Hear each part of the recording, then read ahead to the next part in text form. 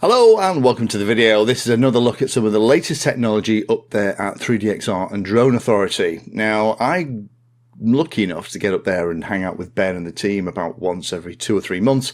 And when I'm up there, it's an opportunity to look at some of the latest and greatest technology, particularly from the 3DXR store. 3DXR tend to cater for professional and prosumer pilots who are building large, complex UAVs. And it's fun to see what new technology is coming in at that very high level, because ultimately that technology ripples down to us here in the hobby. And for those of you that are building large, professional, prosumer UAVs, it kind of keeps you in the loop with some of the latest stuff. I do get messages from some of you who really like this kind of look at some of the new technology. I'm not going to put links below because of the great search function on the 3DXR website. If you just search for what he's talking about, you should find it listed. But I'll hand over to Ben, who can take us through some of the latest stuff. Okay, so just new into stock today is the Siyi, and this one is called the RC7. We do have this in 2 versions, so the one I'm showing you at the minute is a Pro version. Quite a few differences in the Pro and the Standard. The main one is the Pro is dual frequency, so it's running on 2.4 and 5.8, and I think this is probably their nicest product to date in terms of look and feel. It is very new out, so with any new device like this, there will be software updates. There's going to be some little minor bugs at the minute, and it will sort of evolve over time. They are a complex device. It is essentially a sort of Android phone almost in this controller. What I do like about this one is all the switches and sticks are the highest quality I've seen on one of their products. So and the number of switches that we see on here. So we've got everything you can see on the front. We've got 6 ones that can be mapped as mode switches, which have the light indicator. We've got a couple of switches on the left and right. We've got a hat we can move. We've got some really nice feeling scroll wheels here, spring and center locating. These could be used for sort of gimbal, tilt and pan. 3 position switches, momentary switches, and even more on the back, we've got a couple of sort of trigger switches on your fingers. It runs a version of QGC, so it is Siyi's, it is their own sort of modified software, and it is a product that is absolutely meant to be used with a flight controller. So this would go with your Cubes or your Hobbywing flight controllers, or the manufacturer's own flight controller. So it is meant to be connected to a telemetry port, and also most of the cameras from this manufacturer you may know, such as the A8 Mini, the A2, and some of their bigger gimbals, they're all IP cameras. So this is meant networked on your drone. So this would be more for the commercial sort of user. You have very high quoted ranges. You've also got the ability to add a SIM card. You can have memory card for local storage. It is quite a bright screen. It is quite usable in the daylight. They usually have quite long battery lives. It's also a replaceable battery. It's not sort of sealed and built into the unit. And it does come with all the cabling you need to hook it up to your autopilot. So this one again, this is the RC7, and this is a Pro version. So we do stock a Standard and a Pro. And like I say, I think this is a sort of the highest quality product I've seen from this manufacturer. Okay, so while we're talking about radios, I am still a very big FrSky fan. And I think everybody has had an X9D at least, or still does. Since the X9Ds they're still available, but they have sort of been fading out. I really do like their sort of tandem range of products. So we've had the X18 and X20, and the latest sort of model out is adding the RS, so the RS to the end. So there's an X18 and there's an X20 RS, and the main difference that you get with the RS is it seems to work with pretty much every FrSky protocol. So we've been using most recently the TDs, so like the dual band where it's 2.4 and 868. This one also adds the TW, so the sort of dual 2.4. It does also support some of the legacy ones. So it has the ACCST and it has D16. So it's pretty much everything except for that really old D8, which is quite nice. So it works with every FrSky receiver we sell. In the UK, we always sell the EU versions, so the EU LBT. And wherever there's a choice between Mode 1 and Mode 2, we always stock the Mode 2. They are something that can be user configurable. We also supply them, they always come with the soft case, and they always come with the battery fitted. These, the X20s, just noted, is the smaller module bay if you want to add additional modules. And these sort of higher spec ones like the RSs, you always get the premium switches, so the sort of larger, flatter switch compared to the skinny, rounder switch. And as with the early models, the X20, you have plenty of switches, sliders, 6-position sort of mode switches and your dials. So this is sort of one of my go-to radios, the X20 and also the X18, and available in about 4 different colors. So this one is the Meteorite Grey today. So like what I did, I was upgrading from my X9D. This is a very good sort of way to do it, because you can still bind it to all your D16 receivers. So if you've got a lot of models already fitted with these sort of older receivers, this will bind to your D16 receivers as well, and then all the current and future models. I am also quite a big fan. This uses their FrSky Ethos, which once you get used to it is a very nice and very powerful bit of radio software. Okay, so here we have a selection of some of the latest components that are in stock now. We have from Hollybro, this is the 405 Wing Mini. Clearly much smaller than the 405 Wing and quite well featured, so it still has the power pass-through, and it is the sort of smallest form factor I've seen on a Wing specific flight controller. Pre-soldered headers, and these are in stock now. This would be a very easy fit to some of the smallest wings out there, and again running AudioPilot F4, so very nice. We have also from Siyi, this is a current sensor, a Hall sensor, and it's slight different setup to what you'd see. So the Hall is the sort of non-invasive sensor for current, and in this case you would put the wire through here, so you do not need to solder anything on here to your main power line. So it's a very nice way that you can sort of slip this over your power wire before your connector and give yourself a current reading, and you would just connect to get the voltage reading to your sort of battery power. So this is a nice little product from Siyi.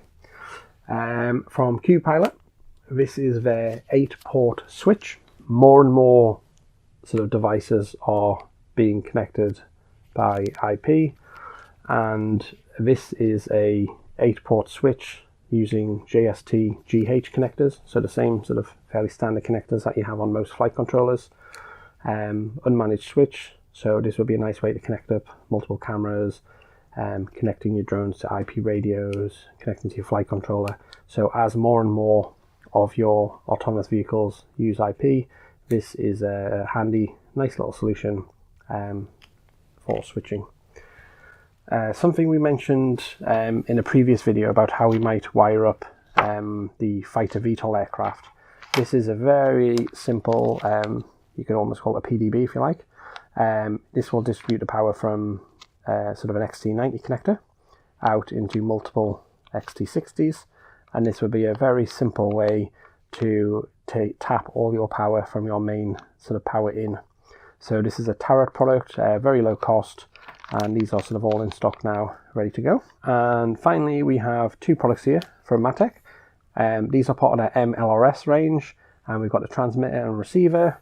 So these are LRS specifically for Mavlink, and this is Matek's sort of latest offering in that range. And we stock a few other versions and sizes of the MLRS, which I think you'll start to see more of. And we have lots of stuff arrived from T-Motor, actually some whole new product lines from T-Motor. So this here ESC, this is their new V series of ESCs, all the way from sort of 40 amps up to a couple of 100 amps. So you might think these look familiar to the Alpha range, and what these are sort of highly optimized ESC for VTOL. They also have the capability to lock the motors in an orientation done by the speed controller, not done by additional magnets like you might have seen in the past. These are also can be used in PWM and in CAN configuration. So there's a whole range, like say 40 amps, 60, 80, 120, and there's low voltage ones, and there's also 14S ones, and as you go bigger you can even get 24S ESCs. So that is a V series of ESCs. And to accompany that, we have a whole new line of V-series motors, or VLs. So this is one of the smallest ones. It's a VL5009, 275 kV. Again, these are available in different sizes and kVs, and specifically for the VTOL market. What's nice about these is they're generally quite well sort of protected. I do like the sort of housing over the very naked motor, and just optimized for VTOL use.